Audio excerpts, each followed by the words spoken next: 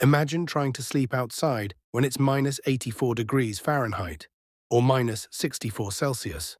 Most of us would freeze in minutes, but the Inuit, the indigenous people of the Arctic, have been surviving and sleeping in these extreme temperatures for generations without heaters or electric blankets. How do they do it? First, let's talk about their shelter, the igloo. It's made entirely out of snow. Sounds crazy, right? But snow is actually a great insulator. When blocks of snow are packed together to build a dome-shaped igloo, it traps warm air inside. Even when it's minus 84 outside, the inside of an igloo can feel closer to 19 degrees Fahrenheit or minus 7 degrees Celsius. Still cold, but a big difference. Next, they rely on smart clothing and bedding. Inuit people wear thick clothing made from animal skins, especially caribou. Caribou fur is great at trapping heat. For sleep, they use multiple layers of fur and blankets. This traps their body heat and keeps the cold air out. They also sleep close together. In a small space, body heat builds up and helps warm the room naturally. So instead of everyone sleeping in separate rooms, the whole family stays in one area to share warmth. Finally, the Inuit have adapted physically and mentally to the cold. Their bodies are used to it. They know how to move, breathe, and live in freezing temperatures without panicking. Over generations, they've developed routines and resilience that help them rest even when the air feels like an icebox.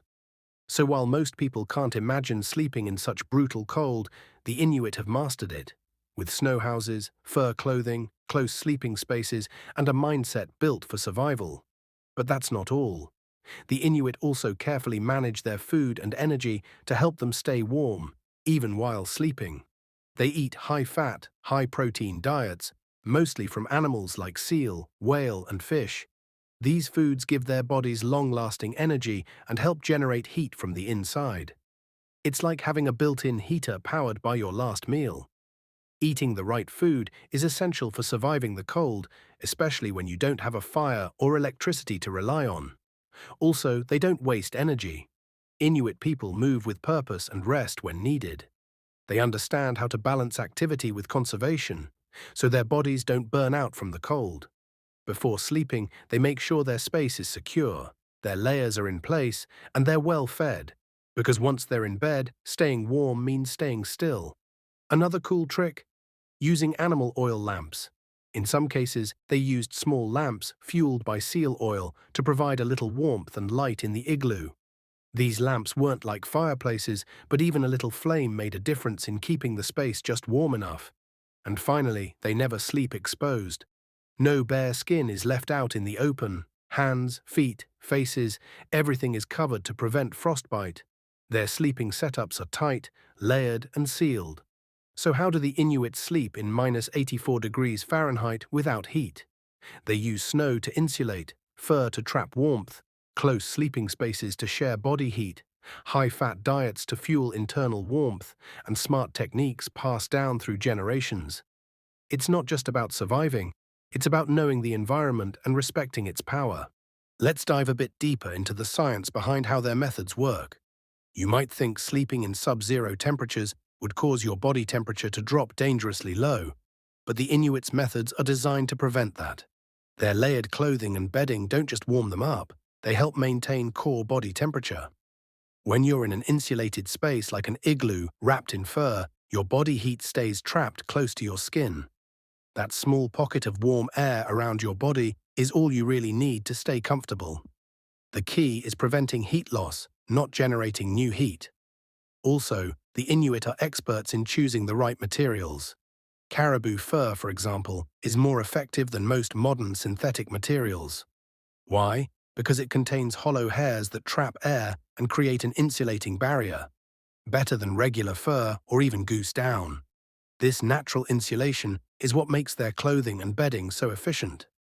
Then there's their construction skills. Building an igloo isn't just about stacking snow blocks. The blocks are carefully cut and placed in a spiral shape to form a dome. This shape helps the structure withstand strong Arctic winds and minimizes heat loss through the roof. They even build a lower entrance tunnel that keeps cold air from flowing into the living space. Cold air sinks, so it stays trapped in the lower part of the tunnel, while warmer air stays inside. Another smart move: they don't overheat the space. Too much warmth can melt the inside walls of the igloo, weakening the structure. So they aim for just enough heat to stay alive and sleep comfortably, not to create a toasty environment. Inuit sleep is also tied to their daily rhythm. In the Arctic winter, there are days, or even months, without sunlight. The Inuit developed sleep habits based on activities and energy levels, not on a 24-hour clock. They rest when they need to and are active when conditions allow. This flexible approach helps them conserve energy and reduce exposure to the cold. Another important thing to understand is the role of culture and tradition. The way the Inuit survive in the cold isn't just about physical techniques, it's also about knowledge passed down for generations. Children grow up learning how to build shelters, dress properly, and respect the dangers of the cold. These aren't just survival tips, they're part of everyday life. For example, there are rules about when and how to travel, when to rest, and what signs to look out for in the environment. These cultural practices are essential, especially during the darkest and coldest parts of the year, when even a small mistake can be life-threatening. Inuit also develop a mental toughness that helps them handle discomfort. Modern life makes us quick to reach for heaters and thick blankets, but the Inuit grow up understanding that cold is part of life. They don't panic when the temperature drops. They prepare. That mindset is powerful. It keeps them calm, focused, and efficient, even in extreme conditions. Another interesting point is how they've learned to use the environment to their advantage. For instance, when building snow shelters, they look for areas with the right kind of snow, firm but not icy, because it packs better and insulates more effectively. They can judge snow quality just by walking on it or cutting into it. That kind of knowledge comes from experience and can't be learned overnight. Even the layout inside an igloo or snow shelter is carefully planned. The sleeping platform is raised slightly higher than the floor, which helps keep it warmer because warm air rises. They also keep supplies close, so they don't need to expose themselves to cold just to grab something during the night. And let's not forget that despite the cold, the Inuit still manage to stay active, social, and even joyful. They share stories, play games, and enjoy meals together. That strong sense of community provides emotional warmth, which is just as important as physical warmth when facing the freezing dark of an Arctic winter. Today, many Inuit communities live in modern homes with heating systems, electricity, and access to modern clothing and tools. But what's truly fascinating is how many of their traditional practices are still used, not just out of necessity, but because they work better than modern solutions in certain conditions. For instance, even though modern winter gear is available, some Inuit still prefer caribou fur for extreme conditions because it insulates better than most synthetic materials. And while snowmobiles have replaced dog sleds in many areas, traditional knowledge about reading snow, wind, and ice patterns is still essential for survival. In fact, there's been a growing movement to preserve and pass down traditional knowledge, especially among the younger generation.